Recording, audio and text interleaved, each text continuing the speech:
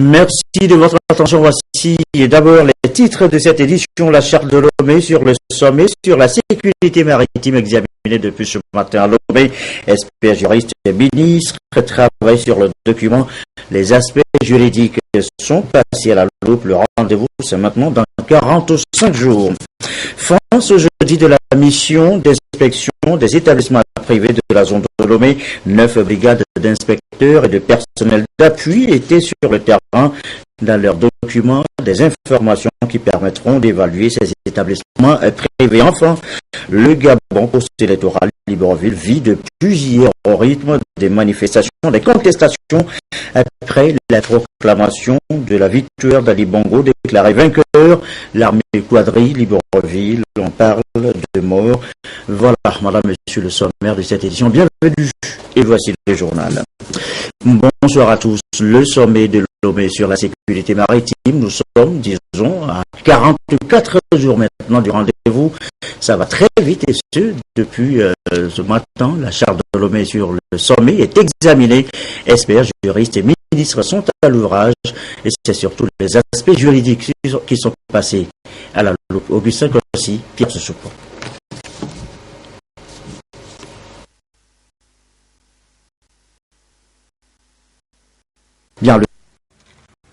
C'est une réunion de haut niveau pour consolider les bases juridiques du sommet de Lomé sur la sûreté et la sécurité maritime et le développement en Afrique. La session est consacrée à l'examen du projet de charte qui devra être signé à l'issue du sommet de Lomé. Les experts ici réunis vont faire preuve de beaucoup de professionnalisme sur le plan juridique dans l'élaboration de ce précieux instrument tant attendu sur les questions de sécurité et de sécurité maritime. Un cadre normatif pour fédérer toutes les énergies en Afrique en vue de pouvoir coordonner les différentes actions destinées à la prévention et à la répression de la criminalité nationale et transnationale. Pour que, justement, la conférence des chefs d'État puisse donc plancher sur cet instrument juridique, il faut bien que les préalables soient respectés.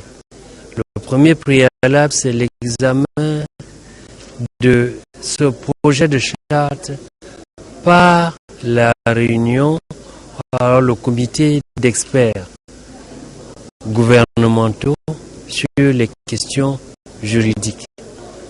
Après cet examen, le projet sera transmis à la réunion des ministres de la justice qui logiquement devraient connaître de l'examen de ces projets avant la soumission au Conseil exécutif et à la conférence des chefs d'État.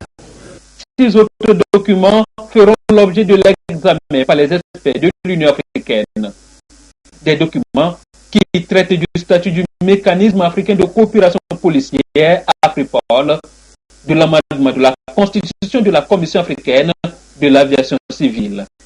Les questions du genre et des femmes, le commerce et l'industrie, l'agriculture et l'environnement vont être également explorés.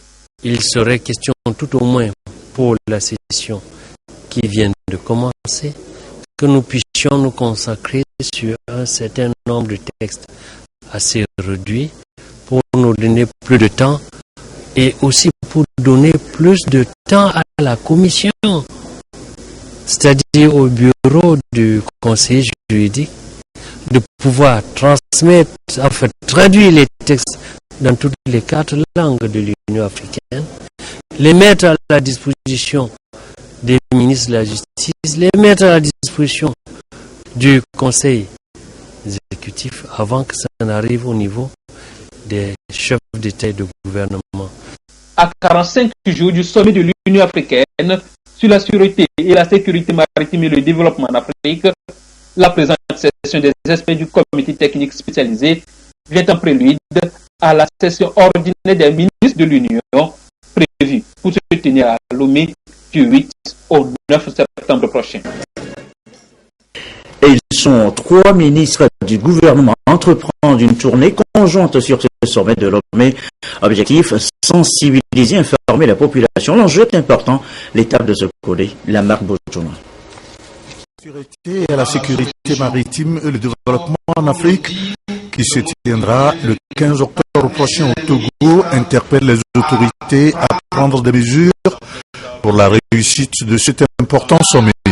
Cette tournée de sensibilisation et d'information dans la région centrale qui concerne les préfets, les chefs de canton, les associations de femmes et de jeunes a pour objectif de faire comprendre à ces couches le bien fondé de la tenue de ce sommet et de les amener à s'impliquer dans la réussite de cette rencontre. Certaines personnes à l'intérieur du pays croient que c'est un sommet qui ne regarde que là où il y a la mer, parce qu'il n'y a pas la mer à l'intérieur du pays.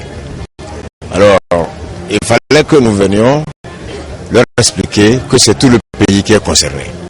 Pourquoi? Nous l'avons démontré. Lorsqu'il y a une contrebande d'armes à feu sur la mer et ça passe par le port, ou bien un trafic de drogue qui passe par le port, ou de faux médicaments qui passent par le port, mais ces armes, ces drogues ou ces faux médicaments vont finir par rentrer sur le territoire national. Et donc, on peut être dans son petit village et croire qu'on est loin de la mer, on ne sera pas concerné par ce qui se passe par le sommet. Non, parce que si des armes circulent, ça peut arriver chez vous et vous n'êtes pas garanti que ce n'est pas vous qui serez victime. Si la drogue circule, ça peut arriver chez vous, ce n'est pas garanti que vos enfants ne seront pas victimes. Et les faux médicaments, tout le monde peut être victime. Donc nous sommes venus vraiment partager avec la population cette importance nationale de ce sommet maritime sur la sûreté et la sécurité en Afrique. Cette démarche des autorités s'est avérée nécessaire car le sommet de l'Union africaine représente un enjeu capital pour le Togo et d'autres pays. C'est un sommet qui permettra aux pays africains d'avoir un règlement qui leur permettra de résoudre tous les problèmes d'insécurité dans les eaux territoriales, les problèmes d'insécurité dans la mer. Vous n'êtes pas sans savoir que la mer, à elle seule, représente plus de 90% du commerce mondial. Et si ce secteur est insécurisé, c'est le développement qui va en pâtir.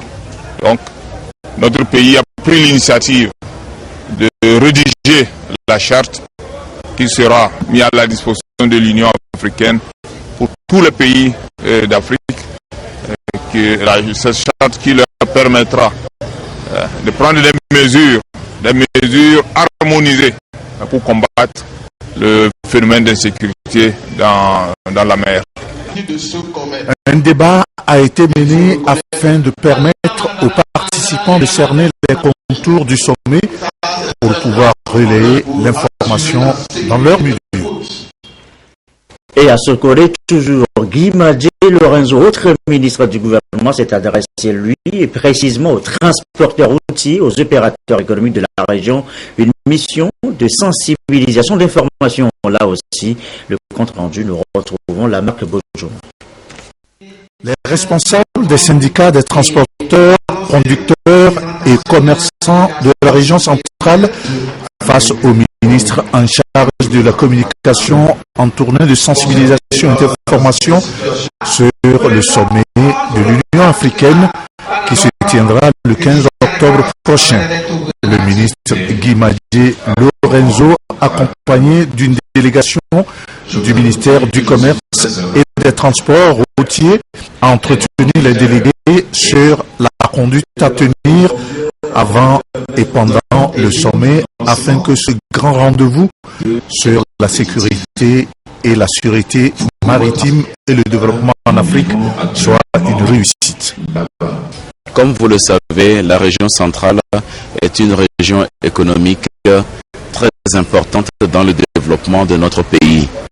Mais également, compte tenu de son rôle pivot, qui est un carrefour économique, nous y avons beaucoup de transporteurs qui font la jonction entre les produits qui remontent du port de Lomé vers le nord et les produits qui descendent du nord vers le port de Lomé. Il était important de pouvoir sensibiliser transporteurs, conducteurs et commerçants de cette belle région sur les enjeux de ce sommet. Vous savez très bien que notre pays, qui n'est pas très industrialisé pour l'instant, mais nous rêvons vers 2030 d'être un pays industrialisé également, et importe près de 90% de tous nos biens de consommation. Pour faire monter ces produits qui viennent des pays étrangers et dont le point de chute est le port de Lomé vers l'intérieur de notre propre pays ou vers les pays de l'Interland, puisque nous sommes l'un des grands ports des pays de l'Interland, eh bien nous avons besoin des transporteurs. Les transporteurs ont besoin d'être sensibilisés sur les enjeux de la sécurité maritime. Le message de la tournée n'est pas tombé dans les oreilles de sourds. Par rapport à la tenue de ce sommet, le message c'est que nous devons contribuer en sorte que ce message devienne une réussite dans notre pays. Parce que l'impact positif de ce sommet dans le développement économique de notre pays est très grand. L'impact pour nous les transporteurs, l'impact positif pour les opérateurs économiques qui sont les commerçants et l'impact aussi pour les consommateurs, ça a été relevé, le message a bien passé et je crois que nous allons tout faire pour faire de ce sommet notre sommet et prôner pour sa réussite. Les transporteurs, les conducteurs et les commerçants sont des maillons incontournables pour le développement économique du Togo. Il s'avère donc important de les informer de la tenue de cette rencontre internationale. Autre région, mais le message reste, lui, le même. La cible également, à Kara, les opérateurs économiques sont eux aussi appelés à s'impliquer dans la réussite du sommet de Lomé sur la sécurité maritime. À Kara, la correspondance de Nestor. Les actes de piraterie sur les côtes, le trafic des armes et de stupéfiants, l'immigration illégale. Ces phénomènes et d'autres actes non recommandables prennent de l'ampleur. Les dirigeants africains se sont engagés à combattre ces fléaux à la racine. Le sommet sur la sûreté, la sécurité maritime et le développement en Afrique que le Togo s'apprête à accueillir s'inscrit dans cette dynamique. De quoi s'agit-il exactement? Quel lien y a-t-il entre sécurité maritime et le développement? Que faut-il faire pour sa réussite? Ce sont quelques-unes des questions qui viennent à l'esprit. Depuis quelques jours, des émissaires du gouvernement s'évertuent à donner des explications sur ces interrogations aux populations. Les délégations se succèdent dans les régions. Cette rencontre à Kara a concerné les transporteurs, les commerçants et les opérateurs économiques. Les commerçants, les opérateurs économiques, les transporteurs que nous sommes, nous devons savoir que s'il n'y a pas de sécurité sur la mer, c'est nos activités qui prennent le coup. Nous n'aurons plus la possibilité de passer des commandes. Si nous arrivons à commander, nous paierons très cher et c'est les prix qui vont flamber. C'est la population, le consommateur final qui va subir. Et ça aussi, ça ralentit les efforts du gouvernement en matière de développement. La bataille de la piraterie sur la mer s'engage à partir de la terre. Et ils ont compris ça. Pour la délégation ministérielle, au-delà du lien qui existe, chacun doit comprendre qu'il est important d'avoir un comportement citoyen pour contribuer au succès du sommet. La sécurité individuelle passe par la sécurité collective et inversement. Donc, il ne s'agit pas de faire de la délation, mais si vous vous rendez compte que quelqu'un ou un groupe de gens ont un comportement qui est inhabituel à votre avis, et bien en tant que commerçants, ils sont physionomistes. Et en tant que transporteurs, ils le sont également. Rien n'empêche. Mais ce n'est pas leur rôle de vérifier. Mais rien n'empêche de prévenir les forces de sécurité, de défense en disant voilà, de notre avis, pour nous, cette personne a un comportement qui a fait quelque chose qui nous paraît suspect. Et les forces de sécurité feront ce qu'ils doivent faire. Les participants se sont engagés à porter le message à ceux qui n'ont pas pu faire le déplacement et à œuvrer en vue de la réussite de ce rendez-vous continental.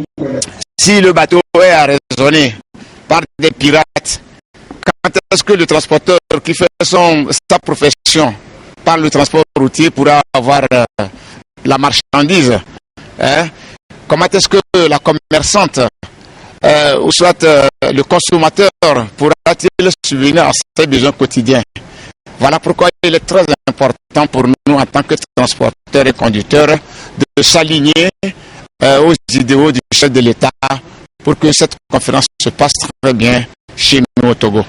Environ 4000 personnes sont attendues pour ce sommet extraordinaire qui va aboutir à l'adoption de la charte de Lomé définissant la manière dont il faut gérer les activités maritimes en Afrique.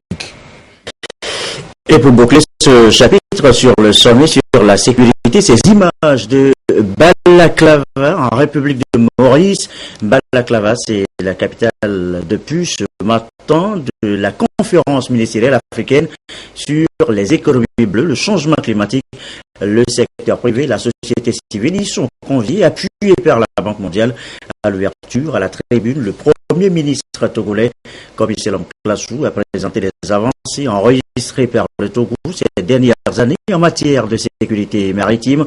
Le chef du gouvernement a notamment évoqué la stratégie nationale pour la mer et le littoral, le renforcement du cadre institutionnel et logistique, l'organisation de l'État en mer. Le Premier ministre a également rappelé aux participants les enjeux du sommet de l'Union africaine sur la sûreté, la sécurité maritime et le développement en Afrique. Sommet, vous le savez, que Lomé, notre capitale, accueille le mois prochain du 10 au 15 octobre précisément. Nous reviendrons sur le sujet dans nos prochaines éditions. Il est 20h16. La suite, c'est ce qui fait aussi l'actualité. Eh bien, c'est cette innovation dans le monde paysan, le téléphone portable, porte-monnaie électrique. On va en savoir un peu plus tout à l'heure. Le projet est lancé il y a 2 mois exactement maintenant. Ce jeudi, les ministres Sina Larson et Ouro Koura Gadazi étaient en mesure pour constater l'effectivité de l'opération. Augustin Kossi avec Ramdan Bassina. Un jour d'achat comme à l'ordinaire à la centrale d'approvisionnement et de gestion des intrants agricoles à Agbelouvé. Ngavi est l'un des producteurs agricoles bénéficiaires de la subvention ciblée des engrais. Il vient d'obtenir ces 3 sacs subventionnés bien après avoir reçu un message à travers son porte-monnaie électronique. Ça fait 2 mois que j'ai reçu le message de subvention Timoni sur l'achat de 3 engrais subventionnés par l'État. Je suis arrivé aujourd'hui, j'ai constaté que le magasin est toujours garni. Et comme après cette étape d'opération là, j'ai constaté que mes 3 sacs étaient toujours là. Ce qui n'était pas possible auparavant, puisque par le passé, 1 semaine seulement de retard, tu viens, le magasin est déjà vide. Non seulement ça, il y a d'autres sacs que je peux acheter, mais aujourd'hui, aujourd'hui vraiment remercier le gouvernement. Avant la réforme, nous éprouvions beaucoup de difficultés. On venait même chercher à plusieurs reprises l'engrais dans la semaine. Mais cette fois-ci, il suffit seulement de recevoir le message et tout est OK.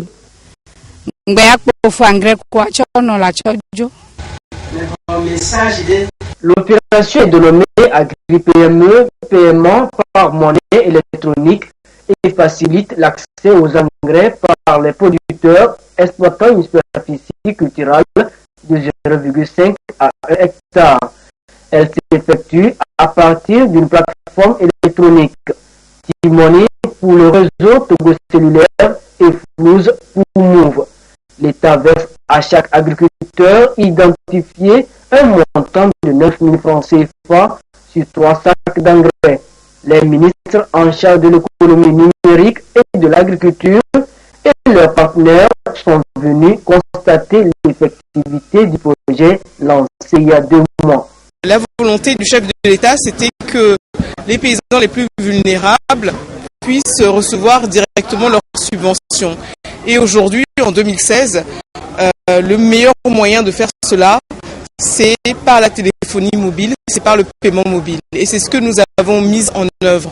Nous sommes le premier pays francophone et le seul pays francophone d'Afrique à avoir mis en place ce système de porte-monnaie électronique pour payer des subventions agricoles. Quelle est la vision que nous partageons avec le ministère de l'Agriculture? C'est qu'il nous faudrait une base de données de tous les paysans pour que nous soyons mieux à même de les servir. Cette volonté s'appuie sur le besoin de créer un environnement qui puisse pousser le secteur privé à porter un certain nombre d'actions dans le secteur agricole, notamment l'installation ou la construction des usines de transformation. Il est question d'améliorer leur rendement de façon à nourrir les usines qui commencent par s'installer au niveau national. Les nourrir en matière première, il faut nécessairement agir sur le mécanisme de distribution des engrais. Par le passé, le gouvernement togolais portait seul cette activité avec une commande de 45 000 tonnes. Pour cette phase pilote de la nouvelle réforme de distribution des engrais, 150 000 producteurs ont été identifiés et pris en compte pour un montant annuel de 3 milliards de francs CFA. 12 sociétés privées ont été commises pour la commercialisation. Elle est financée par la Banque africaine de développement BAD. Le chef de l'État a montré l'importance de moderniser son secteur agricole, mais surtout de moderniser et de libéraliser la vente des engrais.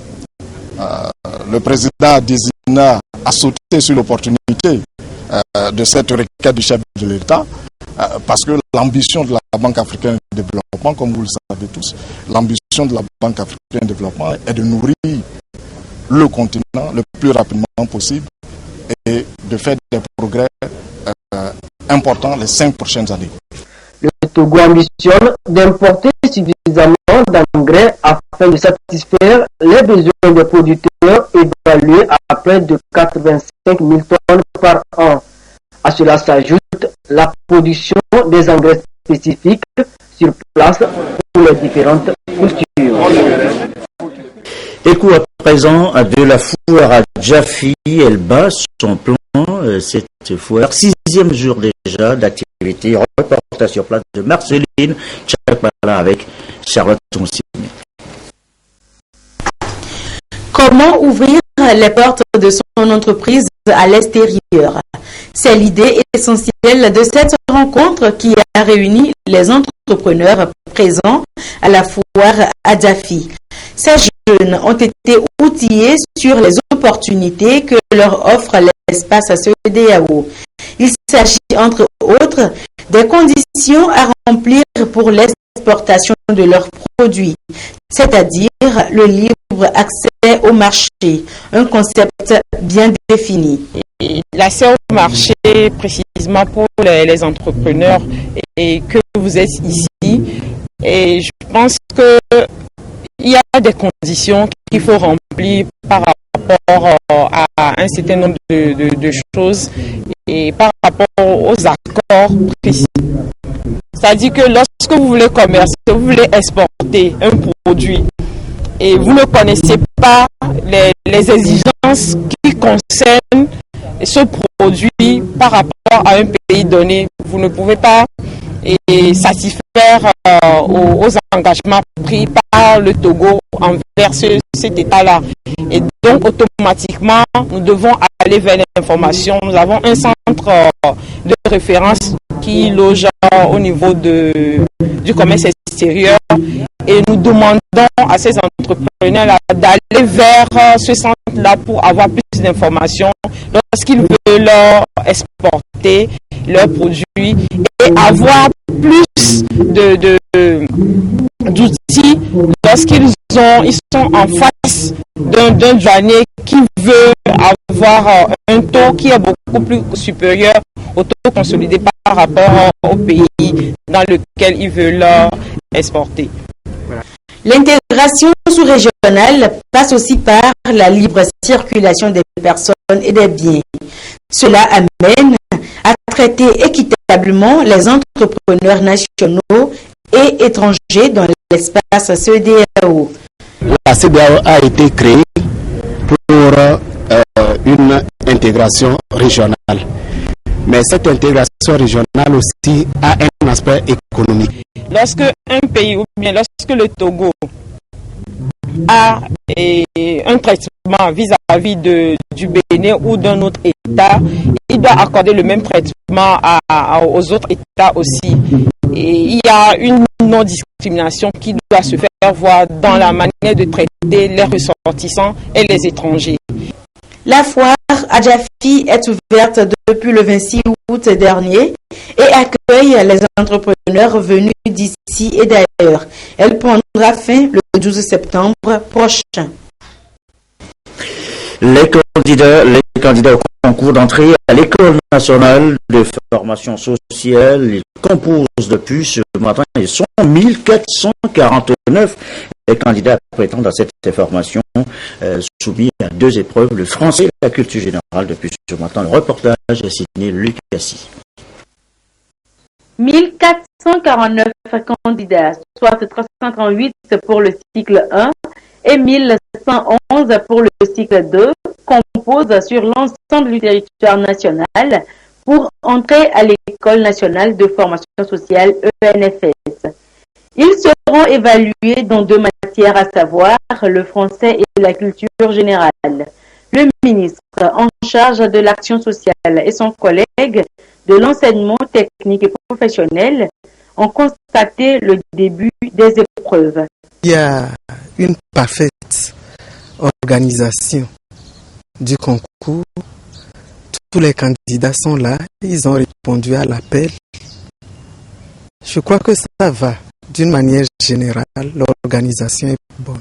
Nous les avons encouragés à être bien éveillés, à être déstressés pour bien aborder les épreuves. Voilà. Nous leur avons ensuite souhaité bonne chance. Ce sont les meilleurs qui vont passer. Et ils ont constaté que les épreuves étaient scellés, bien scellés. Donc ils partent sur le même pied d'égalité. Ils ont tous les mêmes chances de réussite. 2 catégories de candidats participent à ce concours. Les titulaires du BEPC pour le cycle 1 qui veulent devenir des agents de promotion sociale après 3 ans de formation. Les titulaires du bac 2 qui ambitionnent d'être des cadres supérieurs de développement social et de conception. Leur formation dure 3 ans également. L'agent social, c'est est un agent qui déblaye le terrain. Et donc, c'est lui qui prépare le terrain pour tous les projets de développement. Ça veut dire quoi? Ça veut dire qu'il doit organiser les communautés qui sont à la base pour accueillir le projet de développement. Comment il doit les organiser? Il les amène à identifier elles-mêmes leurs propres problèmes, à les classer, à les prioriser avant de faire un plan d'action. Et ces agents, ils sont transversaux. Ils peuvent travailler dans l'administration publique, c'est-à-dire dans les centres sociaux et dans les formations sanitaires. Et ils peuvent travailler à la brigade pour mineurs, à la prison, etc. Ils peuvent aussi travailler dans les ONG. Les 100 meilleurs candidats à raison de 50 personnes par cycle seront retenus. Créé en 1966, le NFS forme et met sur le marché du travail des agents de promotion sociale selon les besoins du plan de développement du gouvernement et de tout organisme privé à caractère social.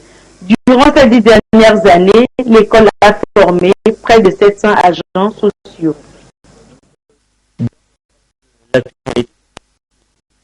L'expérience entre le Parti social-démocrate, le PSD du Bénin et la CDP, la Convention démocratique des peuples africains, les deux partis et tous membres de l'international socialiste entendent mutualiser leurs efforts. Ils étaient tous ensemble devant la presse ce matin à Lomé. Comment vous regardez?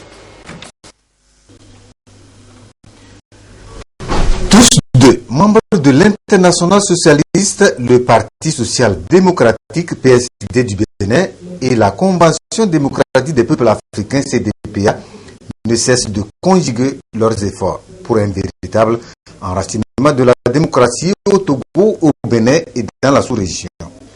Une relation d'amitié et de coopération de longue date, et aujourd'hui les responsables des deux partis politiques se félicitent des avancées enregistrées et prônent surtout le dialogue. Nous poursuivons chaque jour la lutte pour la démocratie. Vous ne vous imaginez pas quand je dis ça. Et je sais qu'au Togo aussi, nos amis de la CDPA continuent à lutter pour la démocratie dans ce pays. C'est une lutte de tous les jours. C'est une lutte partout. Essayons de dialoguer. Essayons de nous parler pour bâtir des États prospères, des États bien gérés.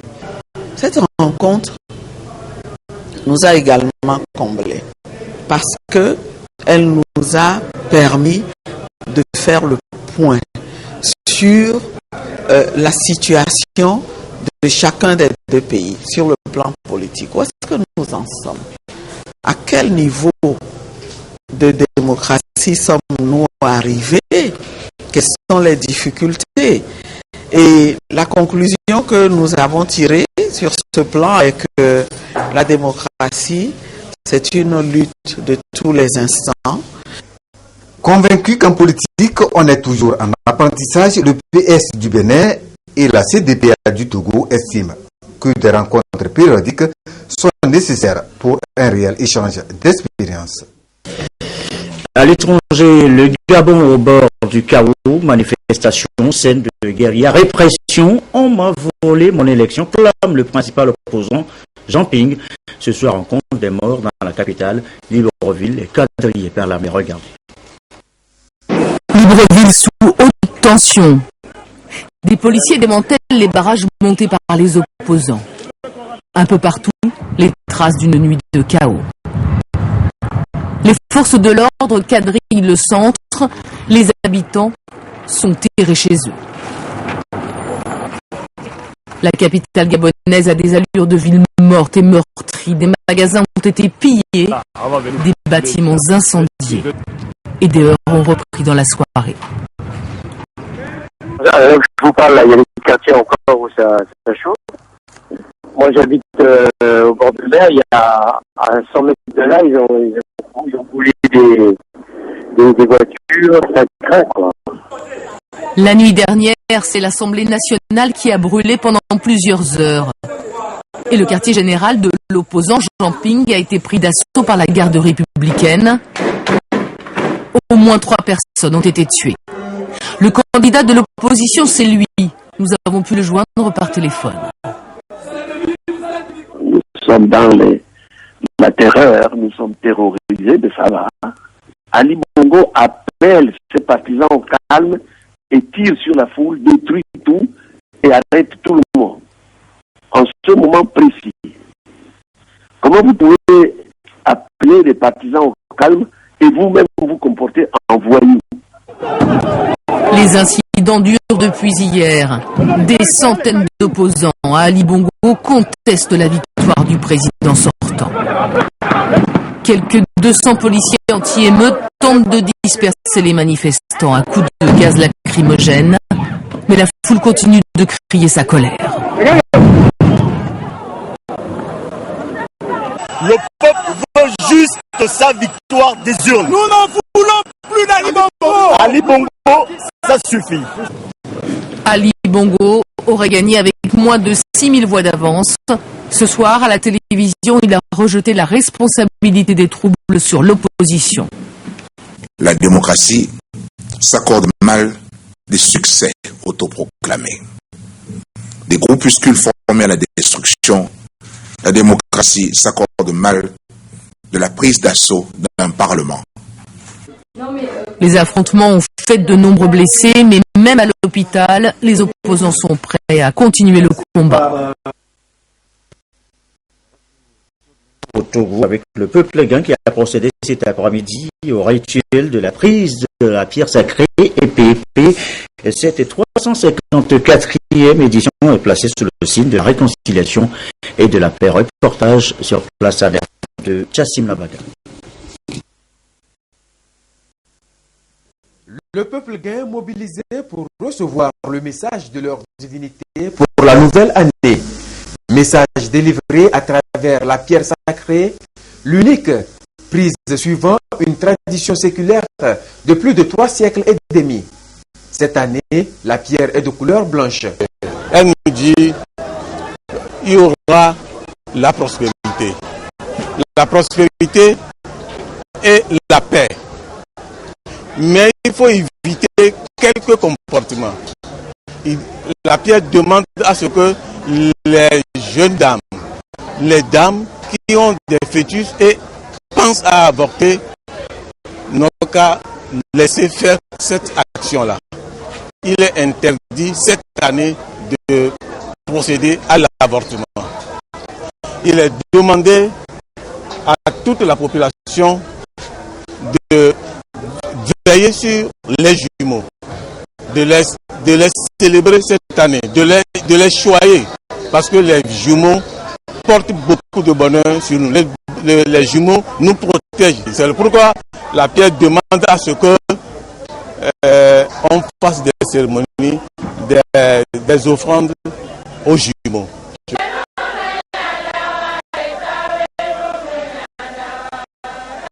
Fête religieuse, Épée est le trait d'union entre le peuple et les 41 divinités du panthéon gain.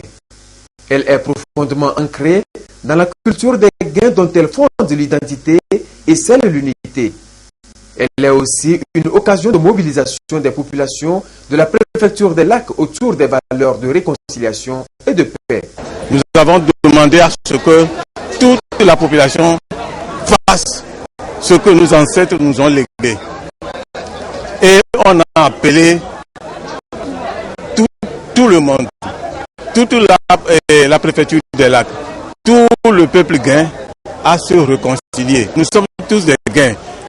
Nous ne devons pas se partager avant de faire notre cérémonie que nos ancêtres nous ont léguée. Une cérémonie très chère pour nous. Pour cette 354e édition de EPP, la communion était renouvelée entre le peuple et ses divinités. Chants et danses vaudous et des prières ont ponctué la célébration.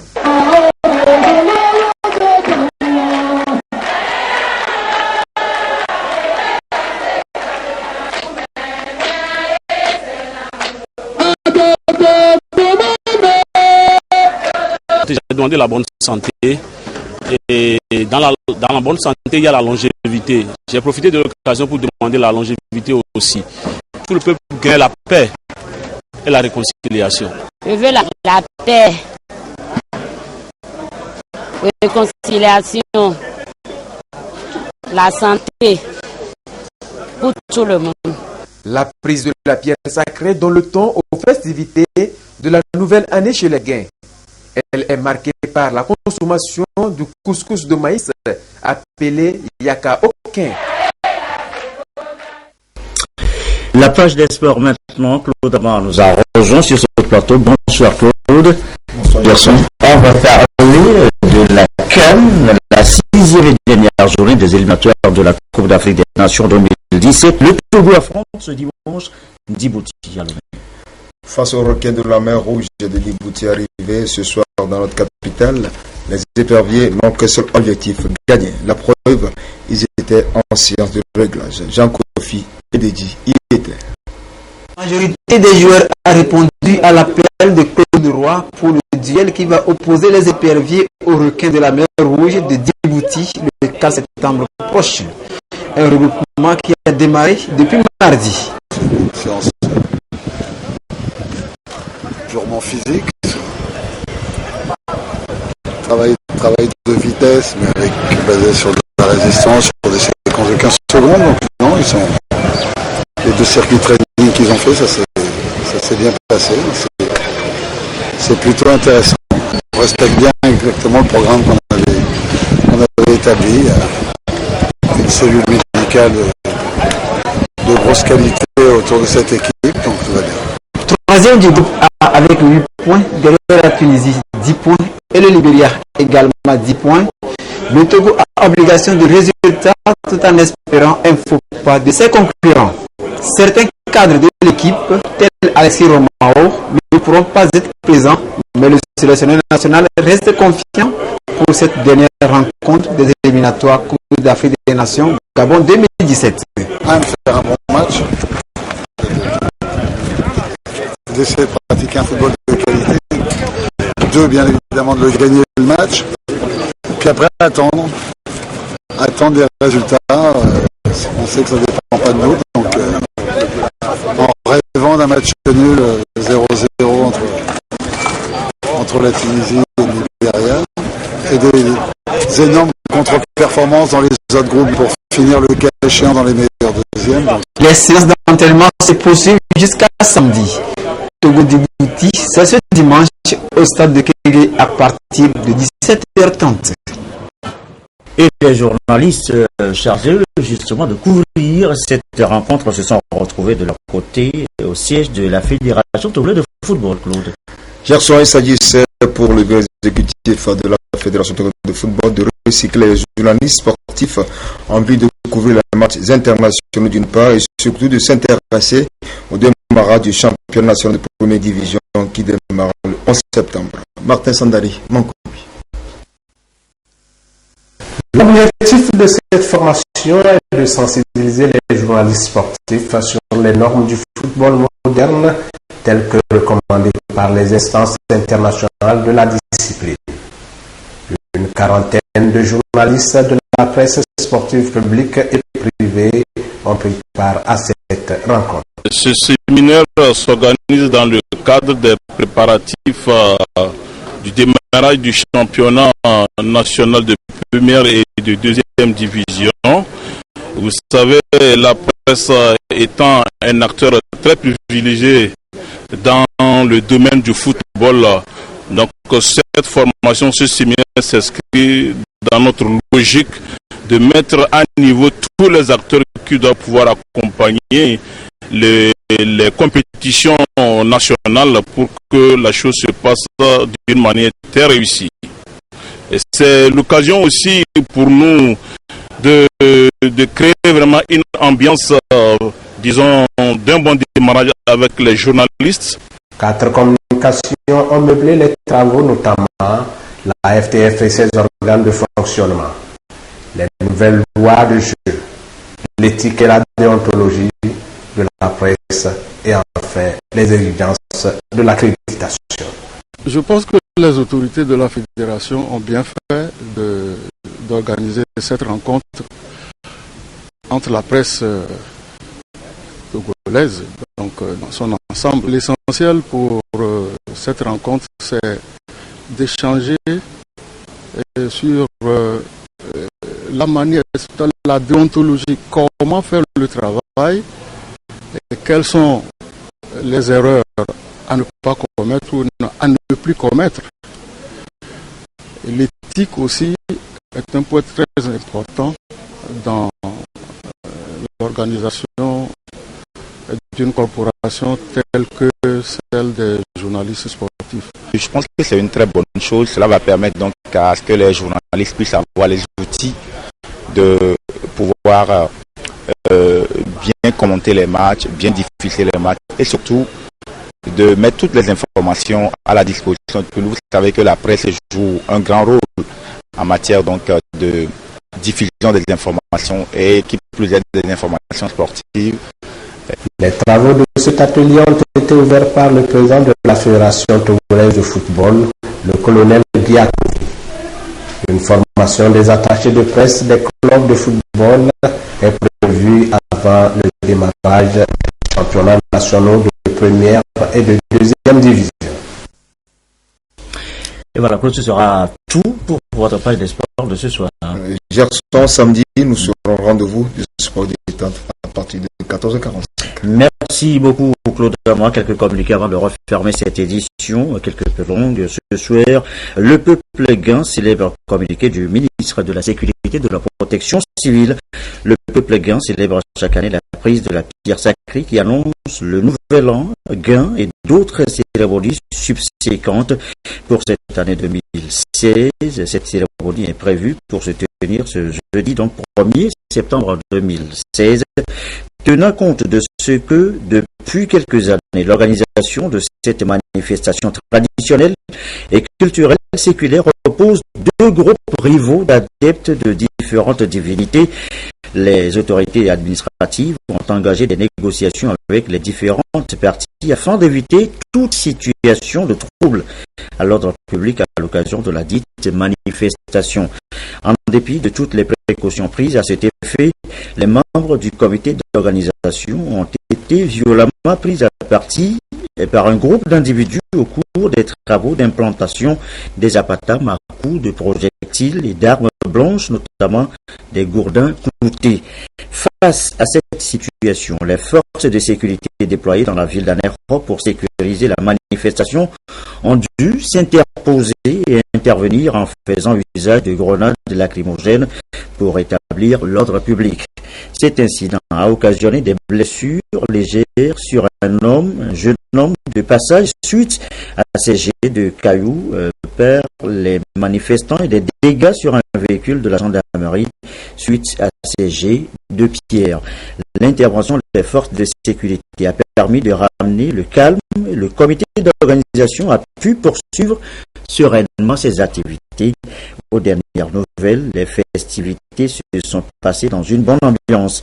Le ministre de la Sécurité et de la Protection civile déplore ces actes de violence et invite à l'avenir les parties à la compréhension et à la sérénité dans la préparation et la célébration de cette fête de retrouvailles.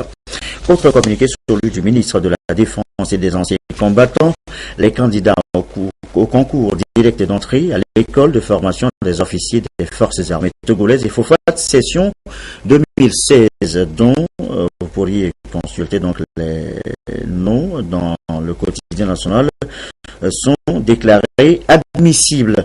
Ils sont priés de se présenter au camp du 2e régiment d'infanterie 2e RIE d'Adido Gomé à Lomé le samedi 3 septembre 2016 à 5h en tenue de sport pour subir les épreuves d'admission, se munir d'une carte d'identité nationale ou d'un passeport en cours de validité. Tous ceux qui ne se seront pas présentés à la date indiquée seront considérés comme démissionnaires. Enfin, le gouvernement informe la population togolaise que les opérations citoyennes Togo propres des premiers samedis des mois de septembre et d'octobre 2016 auront une dimension particulière. En effet, dans la perspective de la tenue du sommet de l'Union africaine sur la sécurité et la sûreté maritime et le développement en Afrique, que le Togo s'honore d'abriter notre capitale se doit de parfaire sa toilette et d'offrir un cadre agréable à ses hôtes. Il invite à cet effet les différents corps sociaux professionnels du pays à prendre une part active à l'opération du samedi 3 septembre prochain. Les responsables des administrations publiques et privées, les autorités locales, notamment les préfets, les présidents des délégations spéciales, les chefs de canton, les chefs de village et de quartier, ainsi que les syndicats, les comités de développement des villages et des quartiers, les associations de protection de l'environnement et les organisations partenaires sont priés de prendre les dispositions nécessaires pour assurer l'effectivité de cette opération sur le reste du territoire national. Voilà donc qui me fait à cette édition du soir. Merci de nous rester fidèles. Très belle soirée.